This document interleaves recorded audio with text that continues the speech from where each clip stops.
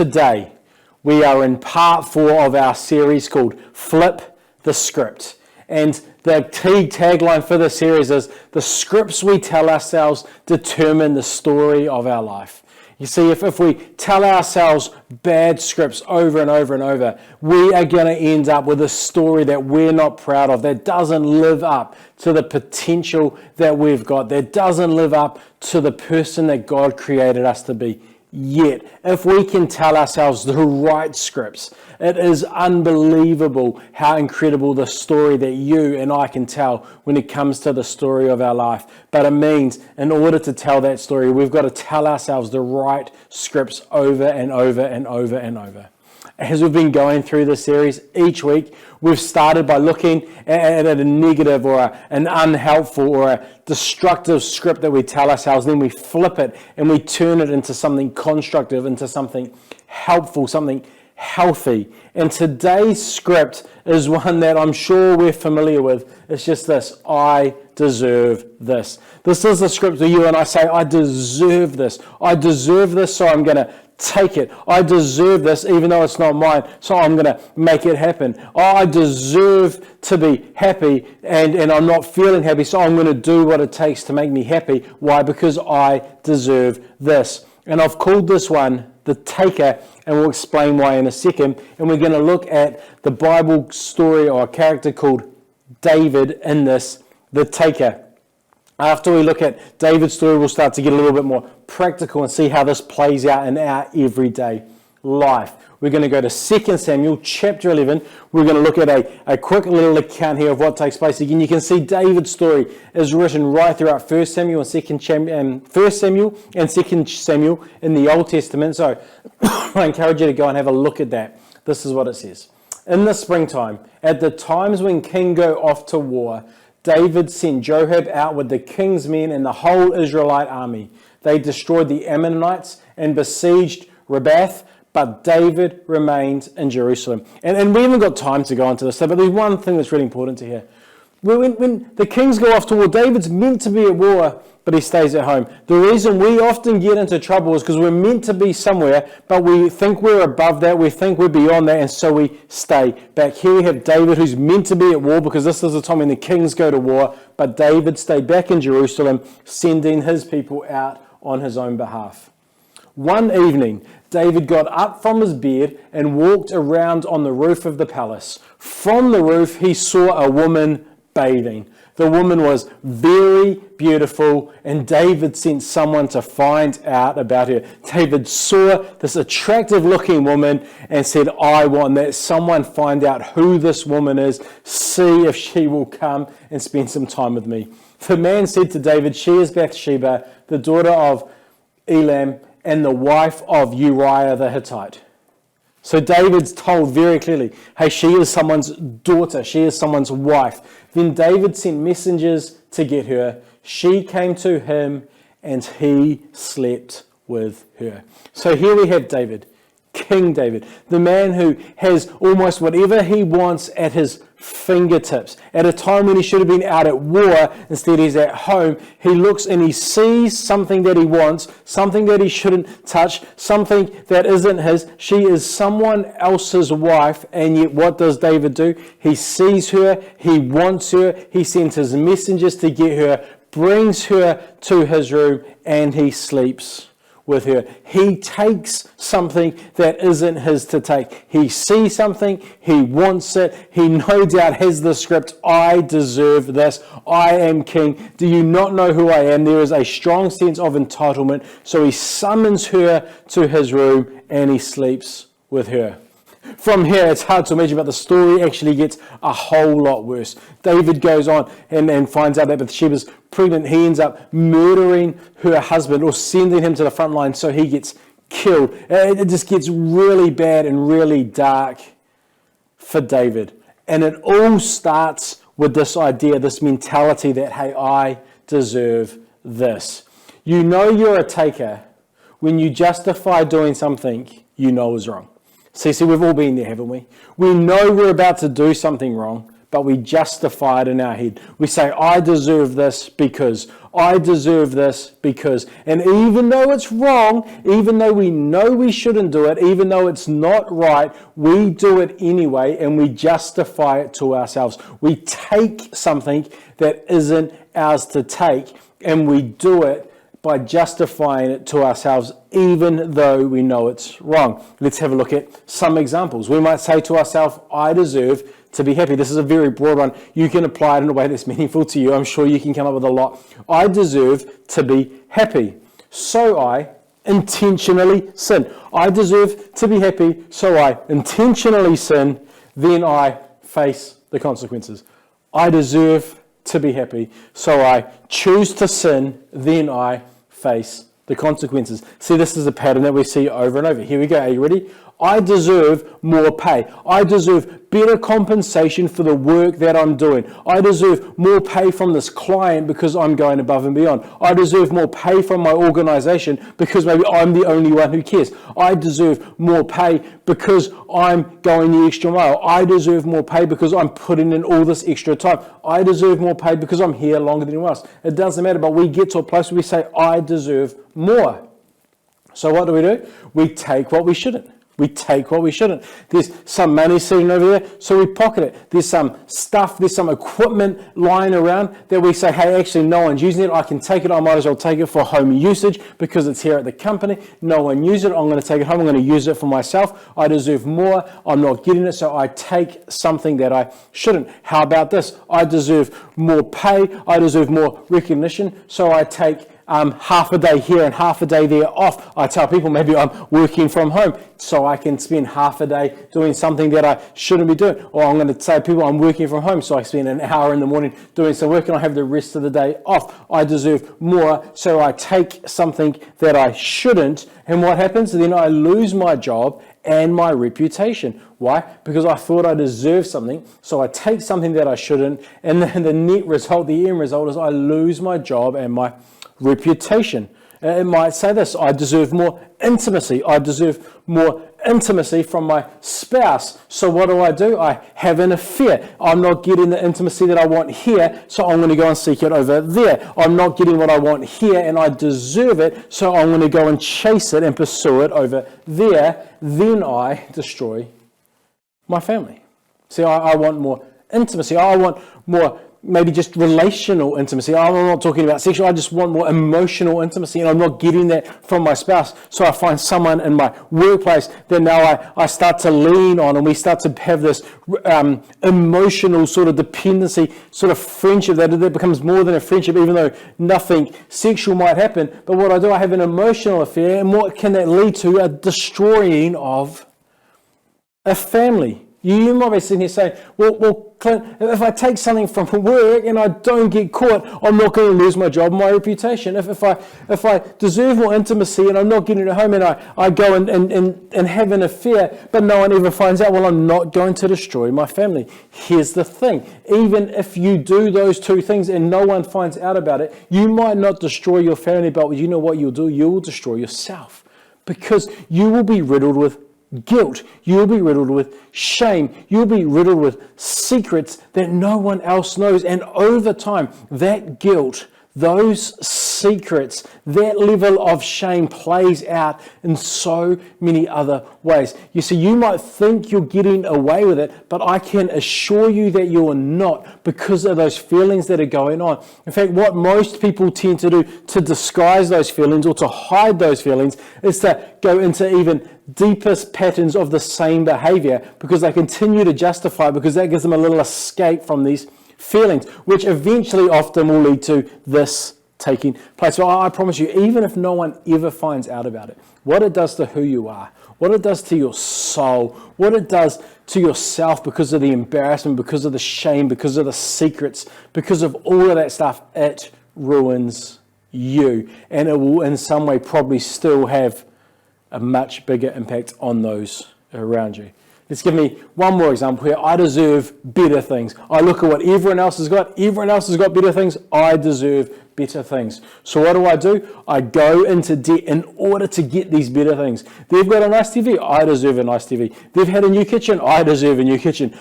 They've gone on holiday. Man, I deserve to go on holiday. So what do? We go into debt to get those better things. And then what do? We limit our freedom because all of a sudden that debt constrains us. Because we now have to make these payments every week, every month, whatever it might be. And that freedom that we used to have is taken away from us because now we have to meet these repayments. And those repayments tend to be more than we initially spent. And that weighs us down and we lose some of our freedom and we lose our financial peace. Why? Because we start with this mentality of I deserve better things. I deserve more. I deserve more. So see, think about it. All of us have been in that place where we say, hey, I deserve to be happy, right? That first example. And whatever it might be you think is going to make you happy. I deserve to be happy, so I. And you fill in that blank. There's something I bet you know that you have done that's wrong, that isn't right, because you told yourself, I deserve to be happy. So what do? You intentionally sin, and then you pay the consequences of it. It's just so natural for us to fall into this mindset of I deserve this, so I'm going to take what isn't mine to take. So I'm going to do what I know I shouldn't do. I'm going to take what someone else's. I'm going to take what belongs to my workplace. I'm going to take something off my neighbor. I'm going to take something from a stranger. I'm going to take something from you that isn't mine to take. And then we actually have to pay the consequences of that later. This person is called the taker. In David's case, he saw Bathsheba. He took what wasn't his to take. He slept with her and he paid an incredible price for this down the line. You just look at how dysfunctional his family became, and you follow like the next generation, and there's so much internal strife and heartbreak and damage that was done, all because David thought he deserved something. So he sinned when he shouldn't, and he had to pay some very, very big consequences on the other end of that because of his decision to take something that wasn't his to take. What is it when you're sitting there and you're saying, I deserve more? What is it that you're tempted to do? This is huge, because what it's so easy for you to do, what's so easy for me to do, what's so easy for all of us to do, this is so common across humanity, is it's so easy for us to say, I deserve this, so I'm going to take something that I shouldn't. I deserve this, so I'm going to take something that I have no right to. I deserve this, so I'm going to go and do something that I know to be wrong because I deserve this. And most of the time it is, I deserve to be happy. We're doing something because we think we deserve to be happy, because we think something's going to fulfill us more. What's amazing about this is a number of years ago, I did a series called The Pursuit. And the idea of this was that most of us, when it comes to life, are pursuing happiness. You might have heard of the movie, The Pursuit of Happiness.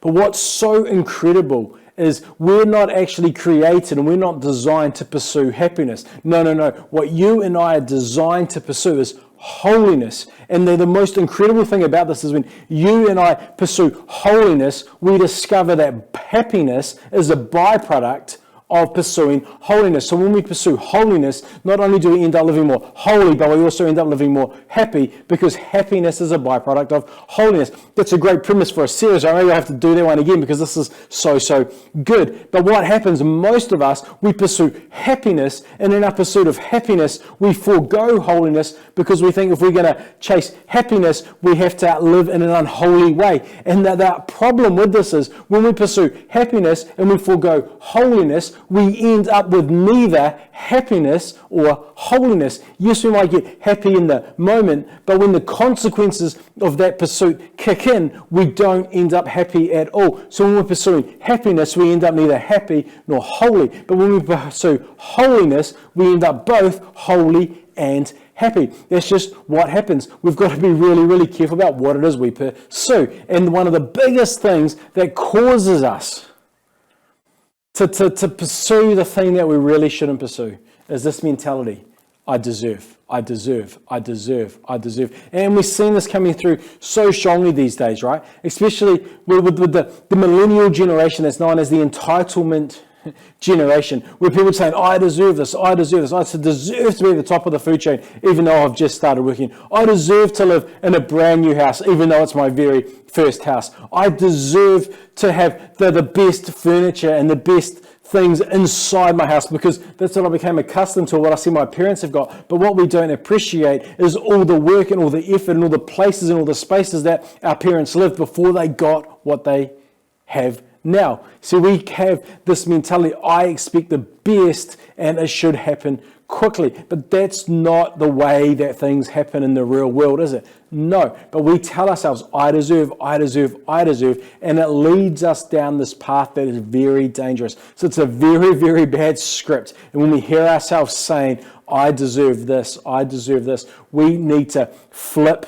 the script. We need to flip that script. We need to attack it. We need to turn it over. So how do we do that? I encourage you, when you find yourself saying, I deserve this, I want you to flip the script and I want you to say this. I am called to something greater. I might deserve this, but I'm called to something greater. I might deserve to be paid more, but I'm called to something greater. I might deserve more intimacy, but I'm called to something greater. I might deserve to be happy, but I'm called to something greater. See, this is so powerful. We can change this language around. We stop saying, I deserve this. Man, you might deserve it. Yeah, that could be true. But do you know what? No matter whether you deserve it or not, you're called to something greater. That's what I want us to get used to saying, no, I am called to something greater. I call this person the called. And again, we're going to look at David because there's another passage in David's life where we see this coming through so profoundly and so powerfully that it was just too good to overlook, where we see David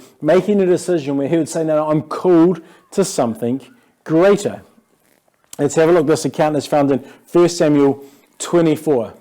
It says, he came, this is talking about Saul. Saul came to the sheep pen. Saul was the king of Israel. David had been anointed to take over and become the next king of Israel. But Saul was the current king. And Saul really wanted to get rid of David because he was like looked at David. He was jealous of who David was and the way that the people loved David. And so David and his men are hiding from Saul because Saul's trying to kill him. Okay, that's a bit of background. It says, Saul came to the sheep pens along the way. A cave was there, and Saul went in to relieve himself. Oh, I love this. Typical male. He needs to take a leak. He sees a cave, so he sneaks in and goes, there's a good chance for me to relieve myself. David and his men were far back in that exact cave. The men said to David's men that were with him, they said to him, this is the day the Lord spoke of when he said to you, I will give you your enemy into your hands for you to deal with as you wish. So then David crept up unnoticed and cut off a corner of Saul's robe. What we're told a little bit later in this chapter is that those men are saying to David, here's your chance to kill Saul. If you kill him now, if you take his life right now, you will become king. We won't have to hide out in caves anymore because you will be king. We will move into the palace that Saul's got. We will be the ones that have got all the power. We will be the ones that make all the decisions. We will be the ones that have got everything they want. All you have to do now, David, is take the life of Saul. And what a prime opportunity you've got. There he is. He is over there in the back of the cave, relieving himself. He's got no weapons in hand. He is relieving himself. This is your chance, Davy boy. Get in there, kill him, take care of him, finish him, do him, and then we can move into the palace tonight. But what does David do? David did creep up beside him, and he just cut off a little corner of Saul's robe. Afterward, David was conscience-stricken for having cut off a corner of his robe. David said to his men, the Lord forbid that I should do such a thing to my master, the Lord's anointed, or lay my hands on him, for he is the anointed of the Lord. This is powerful. David's saying, actually, there's only one person who sets rulers in place, and that is God.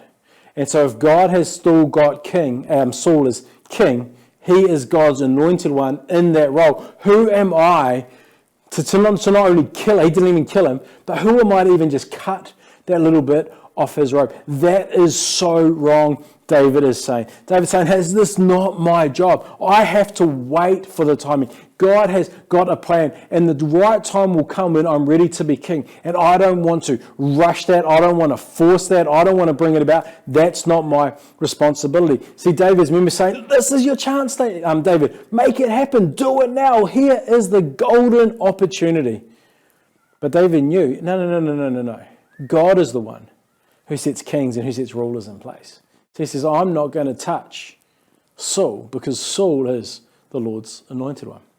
Before I go on, let's point one other thing out about this particular passage, because this passage gets so misused within churches. And I want you to do me one favor. If you're ever in a church and the people or the person leading that church says, no one can hurt me because I'm the Lord's anointed one, you need to leave and go find something else, because that is taking this context, this passage way out of context, and can cause so much harm and so much damage. And you never want to be in an environment where someone's saying, no, you need to be loyal to me because I am the Lord's anointed one. No, that is such bad theology. In fact, the leader who says that is actually making himself Saul in this story. And no one wants to be Saul in this story. That is how bad that application is. But it's one of the things we hear about time and time again. So I just want to encourage you, if you ever hear anyone say, hey, no one can touch me because I am the Lord's anointed one, run away, find a different place. There we go. Let's just move on. With these words, David sharply rebuked his men and did not allow them to attack Saul. And Saul left the cave and went his way. You see, in this situation, in this space, David wasn't the taker. David had the opportunity to take what wasn't his to take. He could have taken Saul's life, but it's not his life to take. He could have taken the crown, but it wasn't his crown to take just yet. It wasn't the right opportunity. David could have easily taken something that wasn't his to take, but what did David do? He said, no, I'm not going to take what I could. He might have said, I deserve this. I've been on the run. I've already been anointed. I've already beat Goliath. I've done so much. I deserve this. Let's get on with it. But he didn't, because he knew that he was called. He was called to something greater. He wasn't simply called to become king. He was called to become king and act like he was the one chosen by God because of his actions. He was called to become a great king. He was called to become a God-honoring king. And he wasn't willing to step outside of that, to do something that he knew he shouldn't do. See, David said, no, I'm not a taker because I'm called to something greater. I'm not going to take something that isn't mine to take because I'm called to something greater. A little warning here. And this is amazing. Well, what we actually see is the called becomes the taker. You see, this account of David, where David, I'd label him as being someone who is called, this takes place before, do you hear that? This takes place before he sleeps with Bathsheba. See, and then the second story we looked at actually occurs before the first one we looked at. In this first story we looked at today, David was king. But in the story we just looked at, where David and Saul are in the cave, Saul is king, David is still waiting to be king. So in timelines, first David was labeled, say he was someone who was called, but later he becomes the taker. This is a warning, because this is what can happen in life. Sometimes the more we grow, the more we move ahead in life, the more we become someone, the more we become noticed, the more we think we deserve. The further we climb up the ladder in life, the easier it can sometimes be to say, I deserve this. See, when David was in the cave with Saul, David didn't have a lot going for him. He was hiding out in caves. He was with this group of guys. So he had some very loyal friends and a good group of people around him. But that's all he had sort of going for him. He didn't have a palace. He didn't have a whole lot. And yet, when he was in this place with not a whole lot, it was easy for him to do the right thing and say, no, I'm not going to take what is in mine because I'm called to something greater. But when David was king, when David had everything he wanted at his fingertips, when he really was elevated, when his name was lifted up, he started to act with a sense of entitlement. And what can happen for you and what can happen for me as we start to get more, as we start to accumulate more, as we get further ahead in life, it's easier for us to stop saying, no, I'm the called, and it actually becomes easier for us to start saying, no, I deserve this, become entitled and become labeled the taker. So what's so important here is we've got to remember this is something we've got to continue to chase after our entire life. We might think, man, if I get to a place where I've got everything, it'll be so easy to say, no, I'm cool because I've got so much. Wrong. David was in a position of privilege where he had so much, where he still was taking something that wasn't his to take because he felt entitled. He had so much, he thought he was entitled to something even more. And the flip side can be true too. Sometimes you're in a place where you've got very little and you look around and other people tend to have so much more. In that place, this is a really dangerous place to be too, because that's when you go, and he's got all this, she's got all that, they've got all this, I've got nothing. That's when I should become the taker because it's only fair and I deserve this. So the reality is, the warning here is, and as we see modeled in the life of David, that it's very easy in one season of your life to say, no, I'm going to do nothing wrong. I am called to something greater, only for entitlement to creep its way in and take over later in life. In fact, how many of us have found ourselves at one moment in our life, we just let our morals slip a little bit. We let our conscience slip a bit. We used to be steadfast, say, I'm not going to, that's a line I will never cross. And the years go by, the stress goes up, life doesn't go the way that we think it's going to go, and we find ourselves not only crossing that line, but being so far past it because the sense of entitlement kicks in over time. I deserve this. It is such a powerful script that lures us away from living the story that we want to live, from being able to tell the story that we want to tell. So just a big warning here. We see this play out in David's life. We see him before he became king with the strong conviction. He says, no, I'm called. I'm called to something greater, refusing to kill Saul. But years later, when he's living a life of opulence, when he's living a life where he's got so much, he leans in and says, I'm going to take something more because I deserve this. See, we've got to be people who are called. We're called to something greater. We're called to something greater. So let's look back at some of those examples. I'm called to happiness. No. We're called to holiness. I'm called to something greater. I deserve to be happy.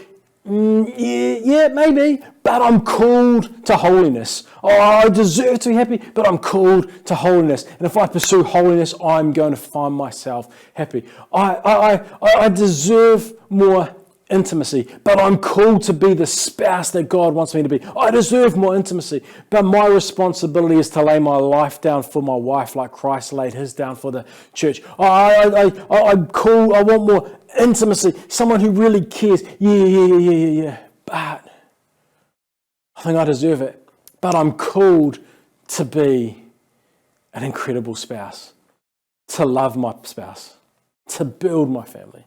I deserve more pay, maybe.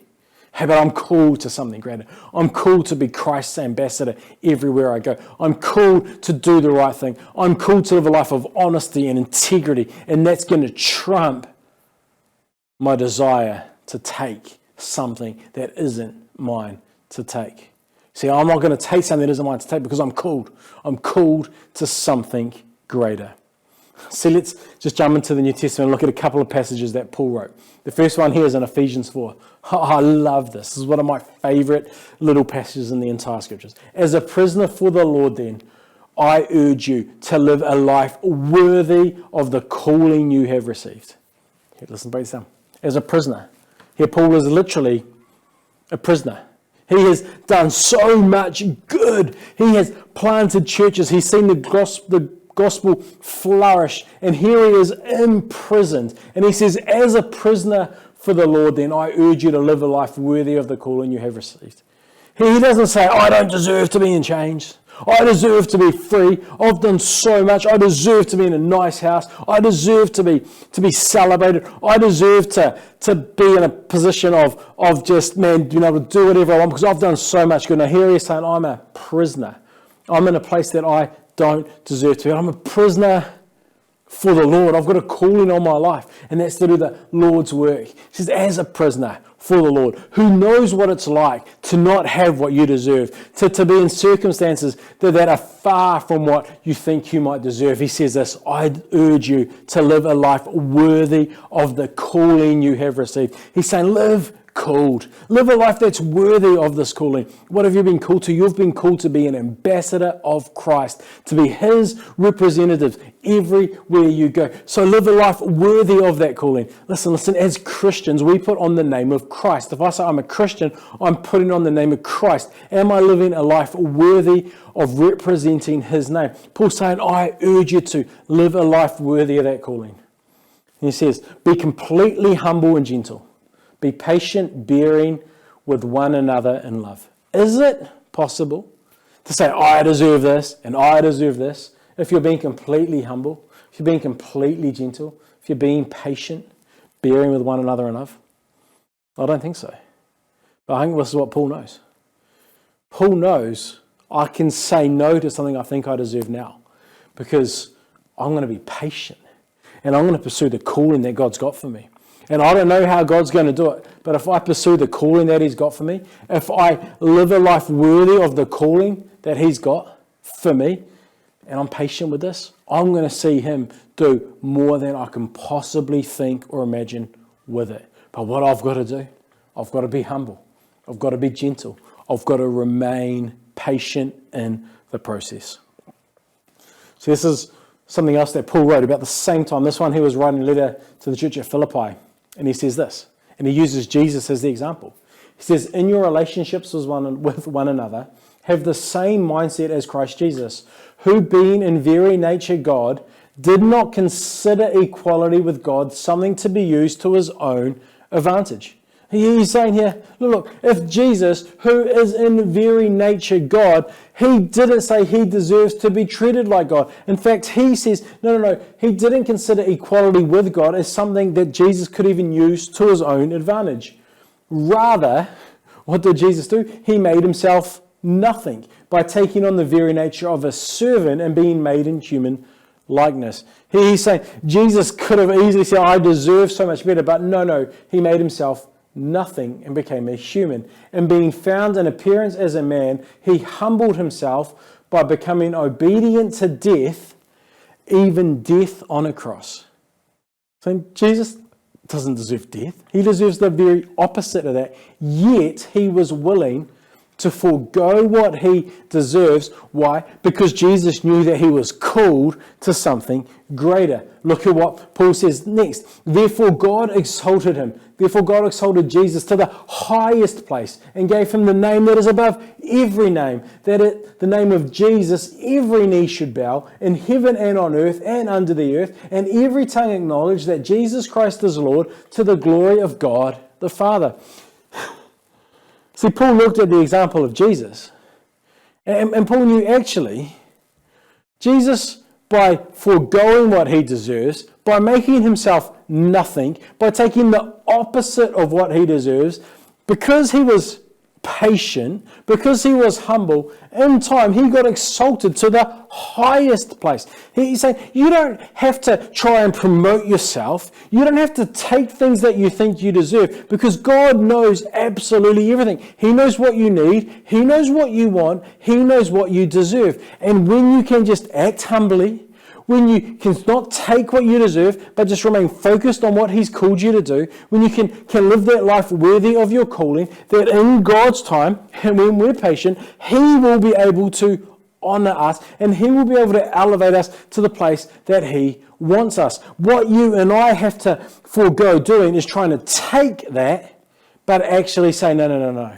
I'm not a taker. I'm not here to take what isn't mine to take. I'm not here to take glory. I'm not here to take money. I'm not here to take something that I think is going to bring me instant gratification and instant happiness. No. Because I know that I'm called. I'm called to live a life worthy of the one who has called me. I'm called to live as an ambassador to Christ. I am called to represent his name and to represent it well. And I'm going to spend my life and my time and my days going after that calling, not taking what I think I deserve. Because if I go after that calling, I'm going to probably end up getting way more than I ever deserved, because that's the way it works, because God is in control. Powerful, yeah? Powerful. Let's not be people that give in to temptation and take what isn't ours to take.